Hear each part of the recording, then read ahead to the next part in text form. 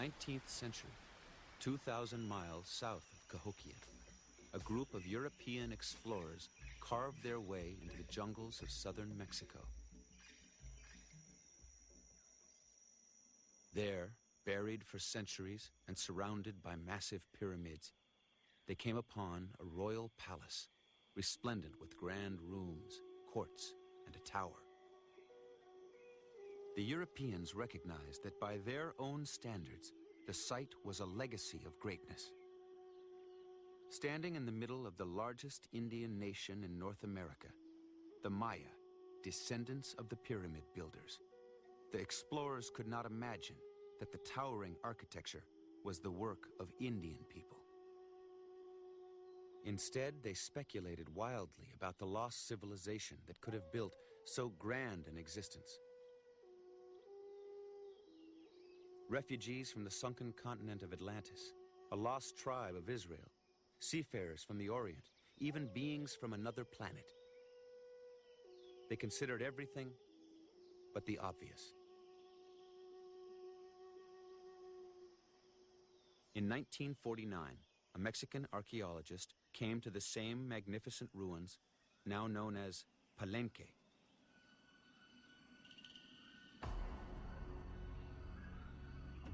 He climbed the steps to the top of the largest pyramid, the Temple of the Inscription.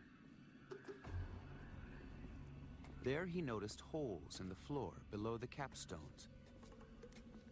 He removed the slabs and discovered a rubble-filled passageway descending deep into the pyramid's heart.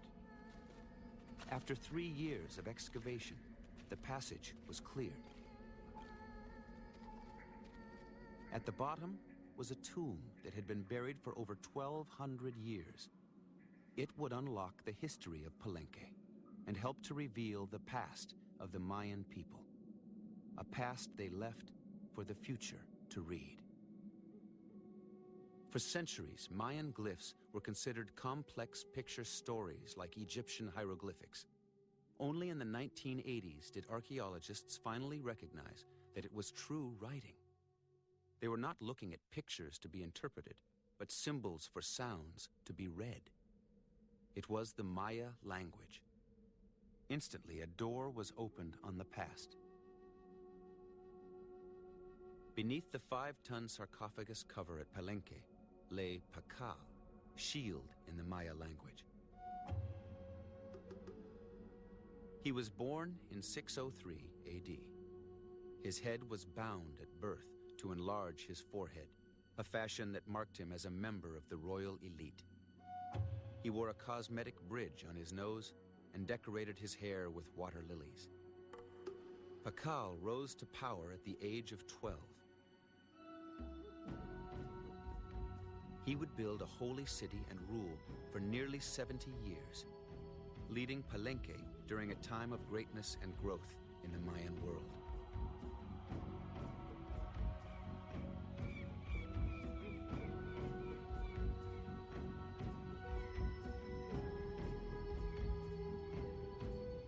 As the Maya expanded, over 60 capital cities emerged, their growth fueled by a successful agricultural society.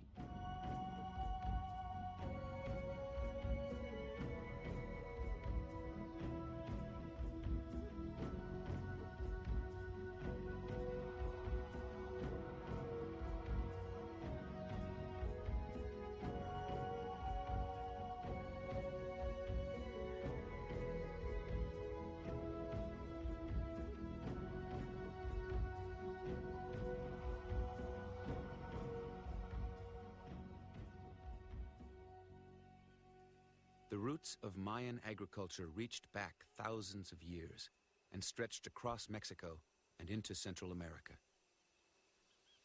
Now, friends and brothers, listen to these words of dreaming. Spring rains give us life and bring forth the golden corn silk.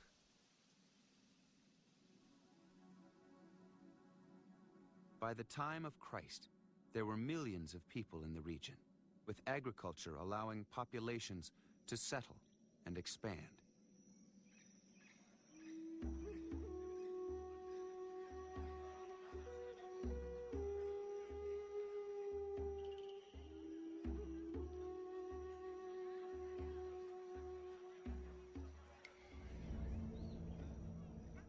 art, mathematics, astronomy, architecture, priesthoods, and royalty all flourished.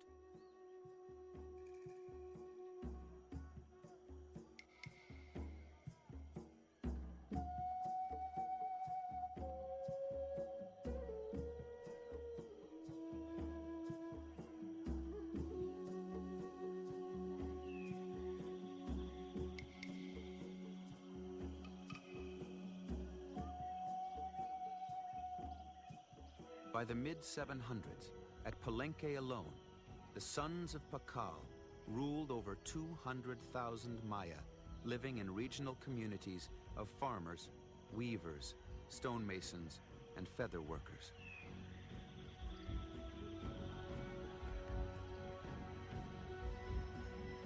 But the golden age of building and growth would be transformed by a new era of war and destruction. For reasons still locked in the past, the Mayan world turned against itself.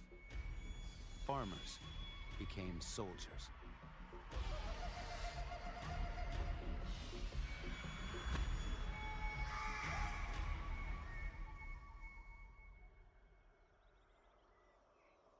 By 800 AD, an era had ended.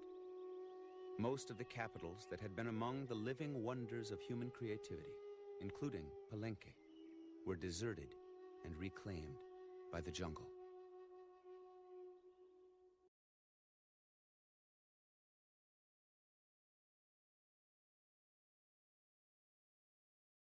The ancient Maya calendar was a complex system that served a variety of practical and esoteric purposes.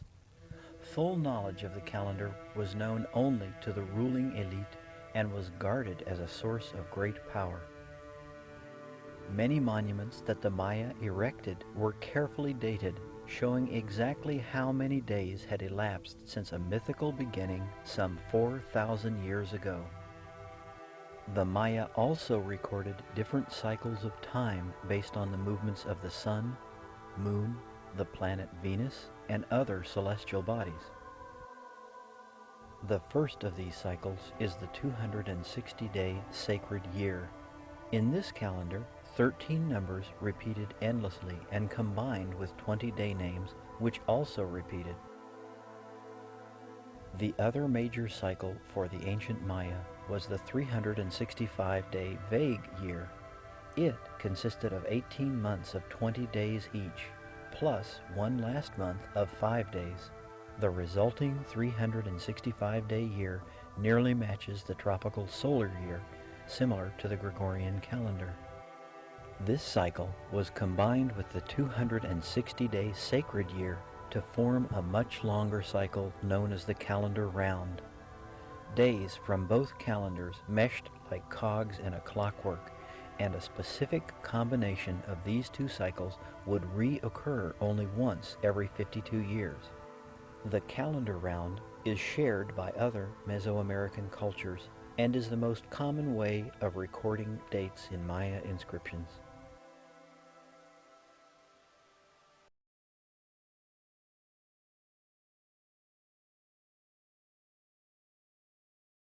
The Maya writing system was one of 5 independently developed writing systems in the world, and the only complete writing system in the ancient Americas. Unfortunately, all but a handful of the Maya texts and literature written on paper have been lost to natural decay and to the Spanish conquest, in which thousands of Maya texts were confiscated and publicly burned as works of the devil. But many inscriptions do remain, carved into limestone monuments, stairways, and ritual objects, and painted onto pottery or walls of tombs. Scholars of Maya writing were first able to translate inscriptions concerning astronomy and calendrics. Numbers were represented by bars and dots, and a shell represented 0, a mathematical concept which would not reach Europe until centuries later. Similar to modern Japanese writing and ancient Egyptian hieroglyphs, ancient Maya writing was a combination of logographic and phonetic writing. Ancient Maya scribes could spell words with signs representing whole words as well as with signs representing individual sounds, as in our writing system. For example, the word for jaguar, balam in Mayan, could be written simply as a picture of the head of the big cat. Yet in the Maya world there was more than one spotted cat. For example, there were ocelots and margays. To avoid any possible confusion over how to read a sign, the Maya added signs around the main sign. For example, they could attach the syllable sign for ba to the front of the jaguar head, giving the spelling ba balam, or ma to the rear of the jaguar head, giving the spelling balamma. Since no other word for a cat began with ba or ended with ma, readers knew that here they should pronounce balam instead of any other possible words for cat. Since these extra sounds represented the sounds of syllables, the Maya could spell the word using only phonetic signs, thus eliminating the picture of the cat altogether. In this phonetic system, the word for jaguar used three signs, ba, la, and ma, to spell balam. Thanks to the advances in correlating contemporary Maya languages with ancient Maya writing, today we are able to understand as many as 650 of the 800 known Maya glyphs with some certainty.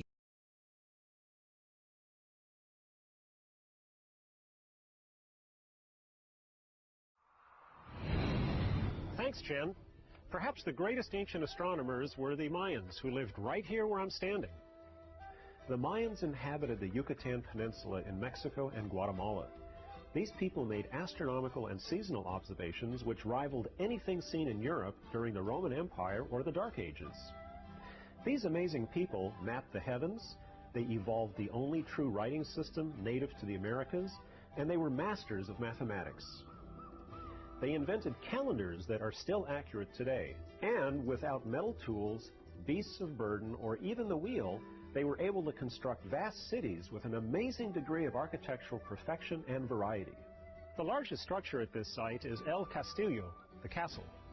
That these temple builders were mathematically precise in their architectural designs is borne out by the natural phenomena which occur during the fall and spring equinoxes. In the spring, as the sun rises, the shadow cast on the steps appear to form the body of a serpent which slithers down the stairs. Here at Chichen Itza, there is a structure unlike anything else ever created by the ancient Mayans. It's called El Caracol, and it actually looks like a modern observatory. Its design didn't function the same way as our modern observatories. Instead, its walls contain many windows. Inside the dome, stones could be removed, enabling the Mayan astronomers to observe different parts of the sky. The Mayans looked at the sky differently from any other civilization. Being near the equator, the equinox passages were easier and more accurate to determine because the sun cast no shadow at local noon during this time. They also had great veneration for the Milky Way. They called it the World Tree. The star clouds that formed the Milky Way were seen as the tree of life, from which all life came. The Mayans also had their unique constellations. Like today's zodiac, they had their scorpion. Gemini, which appears to us as twins, however, was seen as a peccary, a nocturnal animal in the pig family. Other zodiac symbols were a jaguar, a bat, a turtle, the tail of a rattlesnake, and a sea monster. Because they looked at things differently, perhaps it's not surprising that the Mayans had a different mathematics as well. We use a numbering system based on 10 digits, but the Mayans used a system based on the number 20. Sounds a little bit complicated, but in fact it was more efficient for counting than some of the older systems used in Europe a long time ago. The Mayan counting system required only 3 symbols: a shell representing 0, a dot representing a value of 1, a bar representing 5, and a shell with a dot representing the base number 20. There are 2 advantages to the Mayan counting system. The first of these is the idea of 0, which many civilizations at that time did not have. Second, they only used 3 symbols to represent lower and higher numbers. In Rome, multiple symbols were used: I's for 1, V for 5, X for 10, L for 50, C for 100, and M for 1,000. Mayan numbers were written from bottom to top, so the number 19 becomes bars of 5, 5, 5, with 4 dots above the bars. To complete the first set of 20, a dot was raised over a shell-like symbol. To get 21, the elevated placement of the dot remained to represent 20, and a dot was added underneath to represent 21. Then the counting cycle for the next 20 began again. So what do you think the number 40 or 41 would look like? In Europe at this time, people still struggled with the Roman numeral system. That system suffered from 2 serious defects. First, there was no zero. And second, Roman numbers were entirely symbolic, having no direct connection to the number of items represented. So, are you ready for a challenge? Okay. Working together, try adding 21 and 33 using the Mayan system. Then try adding 21 and 33 using Roman numerals. This is a good time to pause the program. So how did you do? Let's check your work. In Mayan, the number 21 is represented as dot, dot. 33 is 2 bars equaling 10, 3 dots for units, and an elevated dot representing 20. Adding together, you get 54, which is 2 bars, 4 dots, and 2 elevated dots. Easy to decipher. In Roman, you have XXI plus XXXIII equals LIV. Unless you actually know what the Roman symbols stand for, you have no idea what you are seeing. In Mayan, you can actually add up the dots, bars, and shells. Mayan merchants often used cocoa beans, sticks, and shells to do these calculations. From these 3 symbols, the Mayans could do everything from the simplest arithmetic needed for trade to keeping track of astronomical events, both past and future. Speaking of astronomy, remember how I said the Earth's axis was tilted at 23.5 degrees? If you round that to 24, how would you write that in Mayan? The Mayan system of counting using dots, bars, and shells can be compared with the ones and zeros used by modern computers, and it was all done 1,500 years ago. With all the advances that the Mayans made, it's interesting to speculate what would have happened if the Mayans had sailed east to discover Europe instead of the Europeans sailing west to discover the Americas. To learn more about Mayan mathematics, go to the following websites. Back to you, Jennifer. Thanks, Stan. Well, guys, that wraps up another episode of NASA Connect. We'd like to thank everyone who helped make this program possible. Got a comment, question, or suggestion? Well, then email them to connect@lark.nasa.gov. I'd like to leave you guys with a thought and a challenge. What is impressive about these sites is the accuracy of their observations and the time and effort they put into building these observatories. Looking back at these buildings and places, we see that the ancients had a natural connection to their environments and that they were also capable of high-tech accomplishments in their own times. So now, here's my challenge. How do you think people 300 or even 1,000 years from now will see us through the artifacts that we leave behind? Until next time, stay connected to math, science, technology, and NASA. Goodbye for now.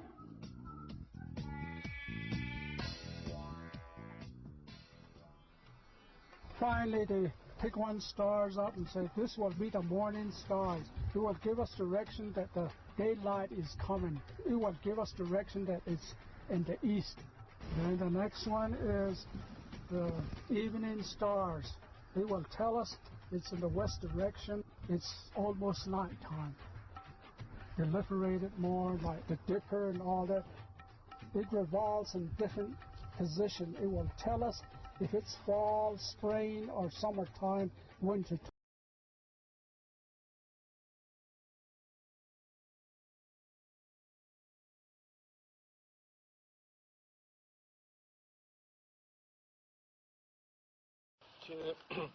Just a final question then. Do you have a message to humanity that you would like to otra para finalizar, que si usted tiene un mensaje para el mundo, ¿qué le pueden decir al mundo? Pues a todos los hermanos donde llega este mensaje que estoy hablando con ustedes. To all my brothers and sisters who listen to this message, estas palabras no son míos, es de los abuelos.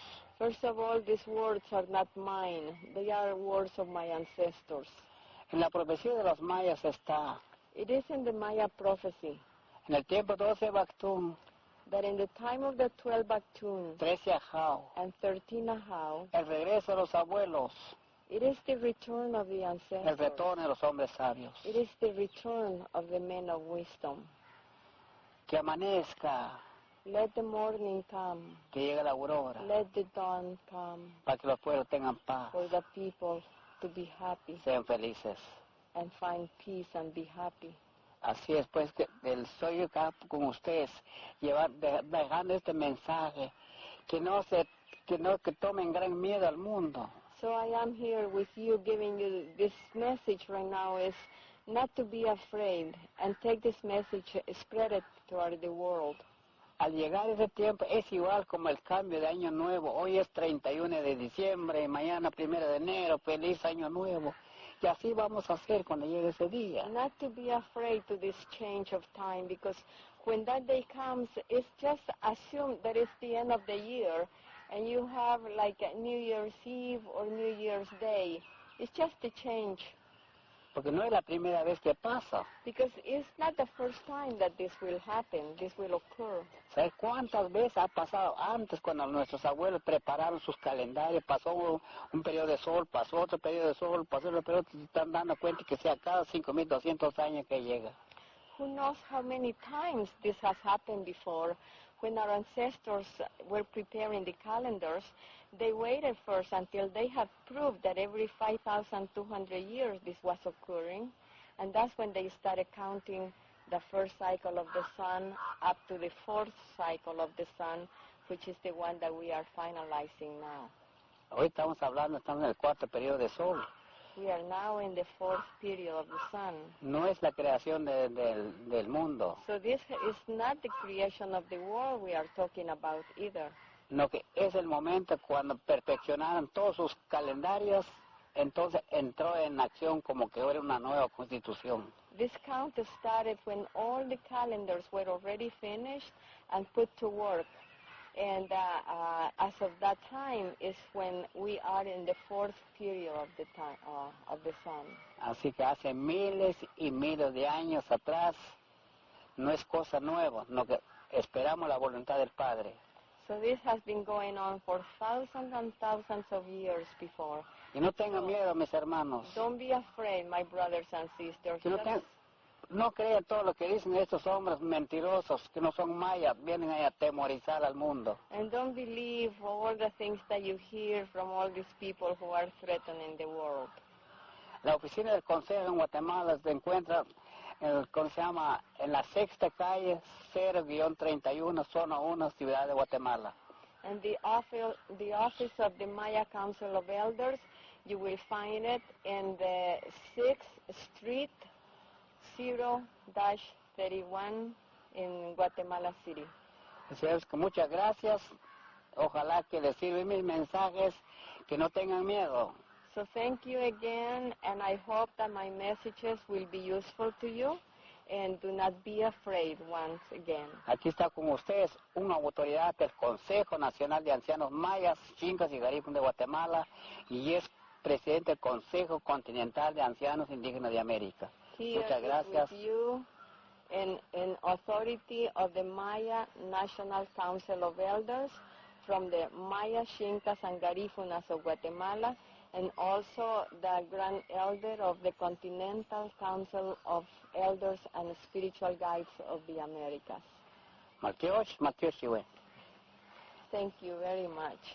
Thank you so much.